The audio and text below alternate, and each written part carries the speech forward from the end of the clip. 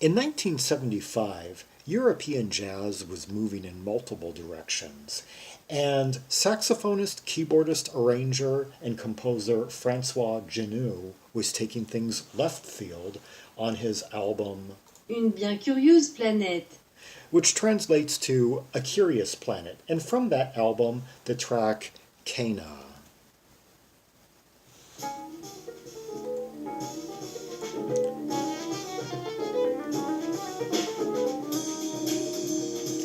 Kaïna translates to price.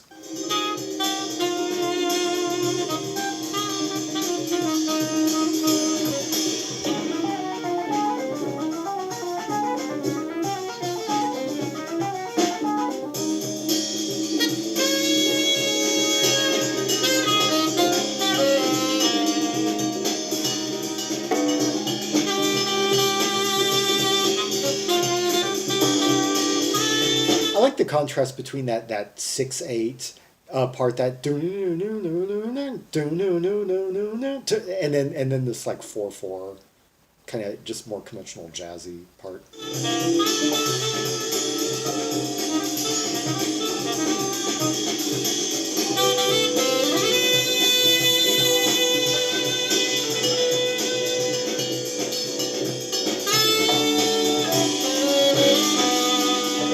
Very live sound here, but we've got some really bellowing full saxophone. We've got plenty of really full, busy, cymbal-laden percussion.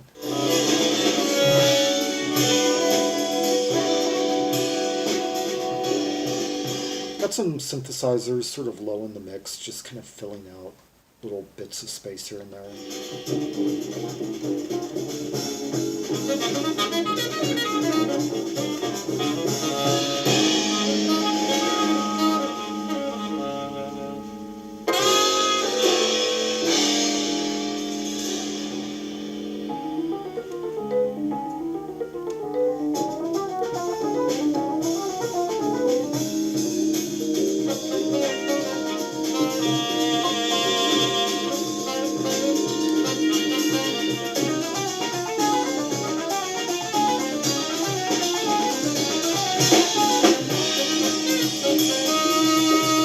That part right there, that vaguely like magma. Yeah, I'm hearing somewhat of the Zoil influence here.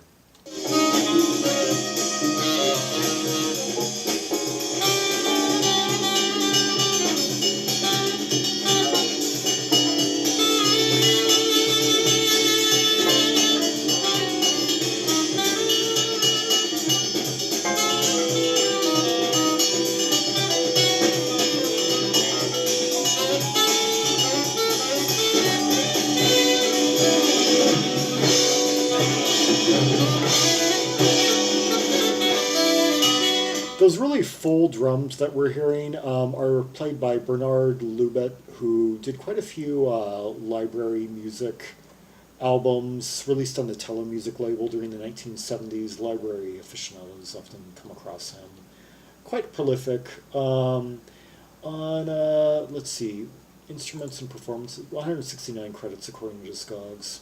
Yeah, mostly like library, and on records by Jef Gilson, who also appears on the album that we're listening to. Appeared on albums by Ivan Julian. Oh, appeared on Michael Columbier's Wings album from 1971. Yeah, a really grand album produced by Herb Alpert, and featuring a whole host of people. Yeah, one of the most maximalist jazz rock pop albums of the 70s, just a tour de force of orchestration and vocals and everything. And yes, the album is engineered. Such a Weird Planet is engineered by Jef Gilson, and I'll get back to some of the other credits a bit later.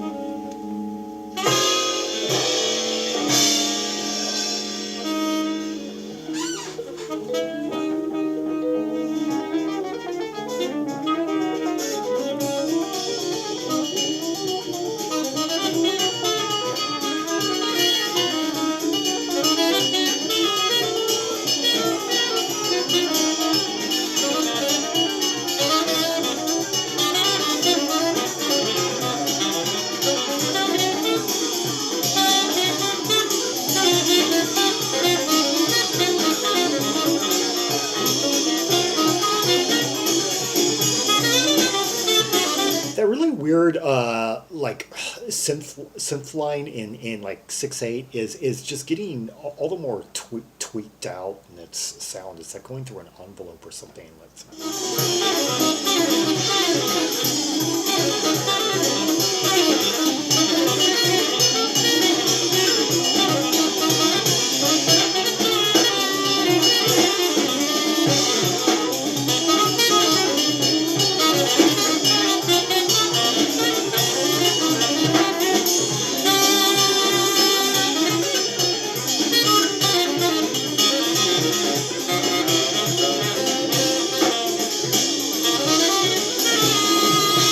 Beautiful expressionism, just barely being held together by that one keyboard line.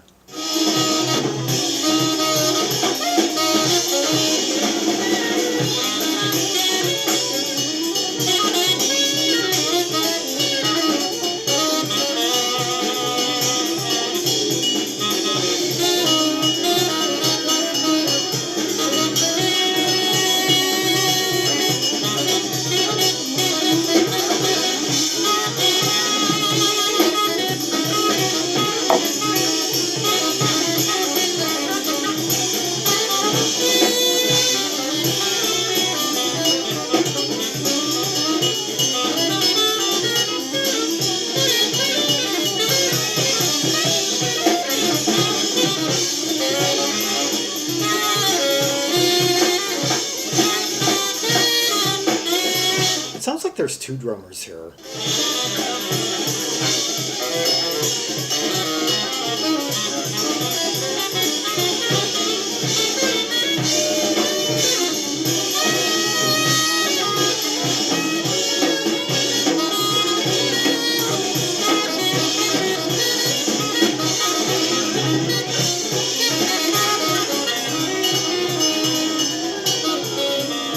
Amazed how that one drummer is just handling all those like cymbal sounds at once and like all those snare rolls.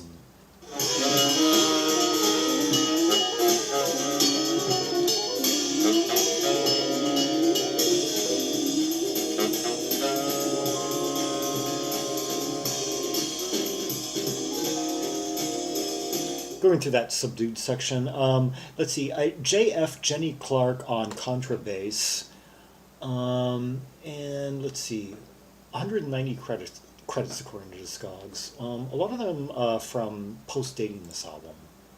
I guess born 1944, he was 31 when this came out. Under instruments and performances, he's got credits going all the way back to 1965. I worked with Don Cherry during the 60s.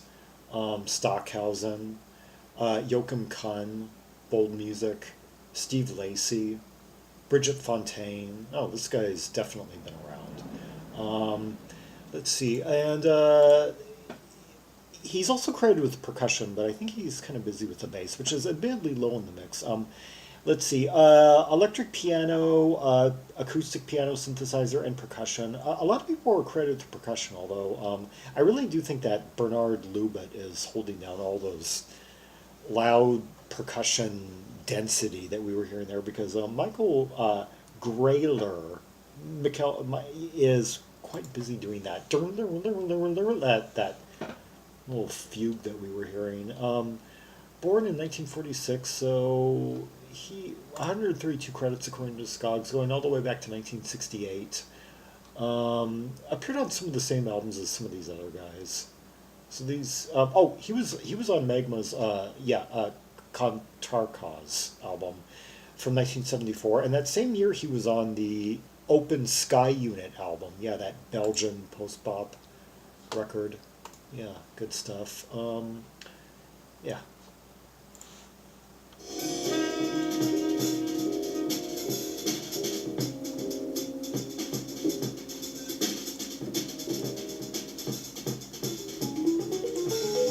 So our keyboard guy here is the Magma connection.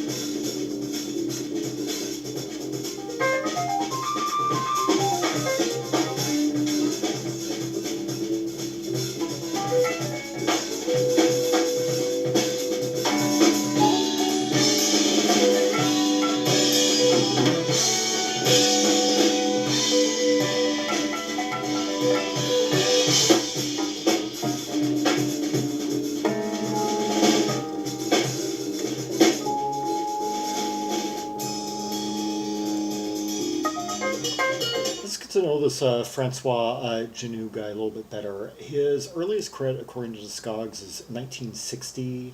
During that decade, he played on albums by Jef Gilson, the engineer of this album. And in the early 1970s, he was in the band Triangle. Yeah, kind of a jazz pop rock French band. I need to revisit that stuff. It's been a while. And the same year as this, he was on the Clearlight album Forever Blowing Bubbles, and also in their spin-off, Deliried Chameleon Family.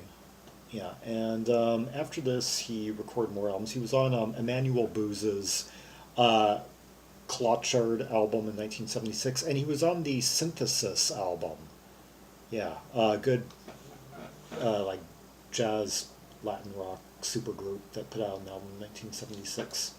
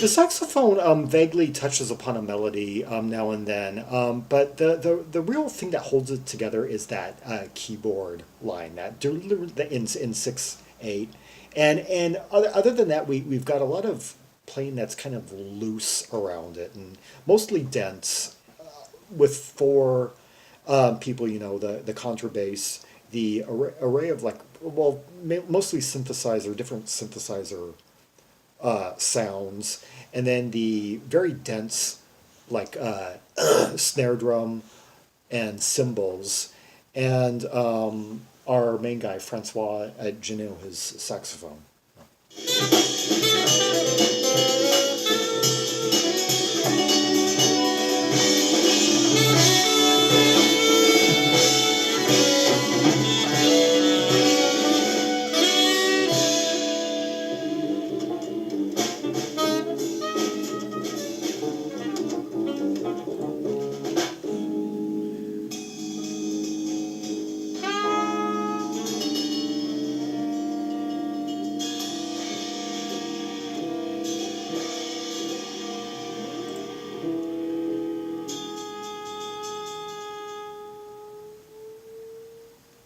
Well, quite a heady night at the Jazz Dive there, 1975. Recorded September of that year. Very got that real jazz hot house vibe to it. The French equivalent to that anyway. Let's hear another track from the album, Mr. J.C. Forever.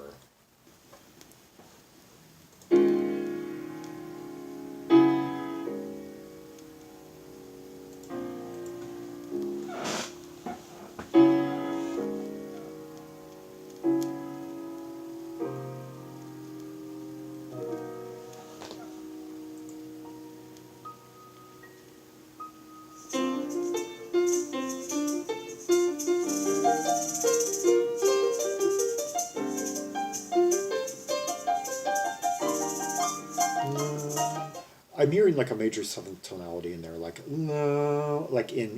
E flat.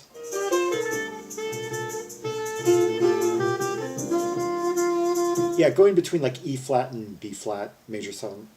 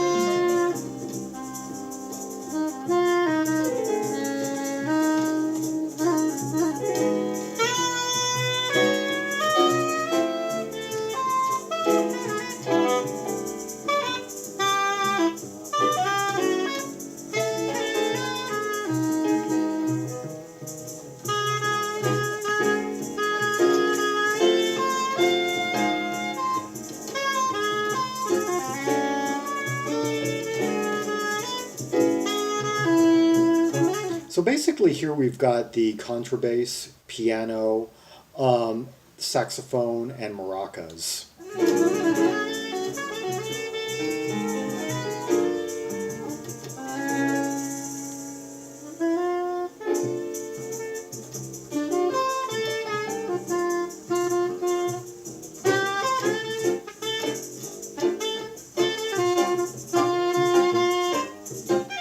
Contrabass is a lot more prominent in this one. I would say this time though the main attractions to this piece are both François Jeanneau, his saxophone, and the piano this time of Michael Grailler, who was playing like a synthesizer on that last track. And of course, Bernard Lubat is taking kind of a very sideline role this time, but his maracas are filling things out. It could be, although this has kind of that it's giving it a slight kind of rhythmic or just percussive, if not necessarily rhythmic. This is more kind of like a slow walking piece. Has kind of that rainy evening on the way home type vibe. Kind of like the piece, like as the evening is like wrapping up and sort of like it could be like the empty nightclub or the walk home on the desolate streets, of Paris, back when Paris was a safe street to walk at night.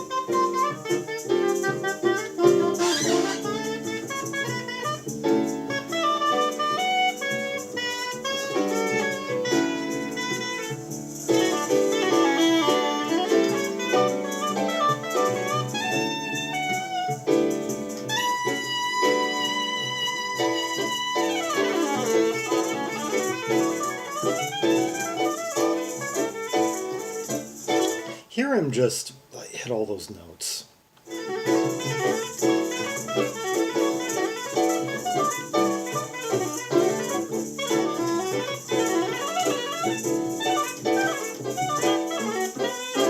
I once saw a quote by Ritchie Blackmore where he says it takes a lot more skill to play saxophone than it does to play guitar. So if you hear a saxophone virtuoso, that is like compared to like basically what he was implying is that a saxophone virtuoso outdoes the greatest guitar virtuoso tenfold. So what you're hearing here is quite is something to marvel at.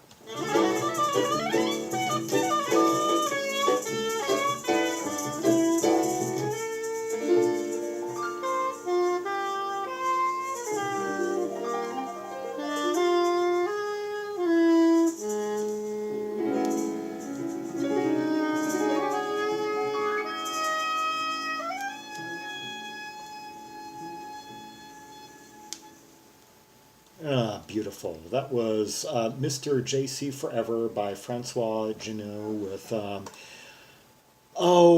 quartet comprised of J.F. Jenny Clark. I believe that may have been kind of who this track was kind of. It seems, yeah, J.C. I was kind of thinking that's probably who this is about. And he gives us the.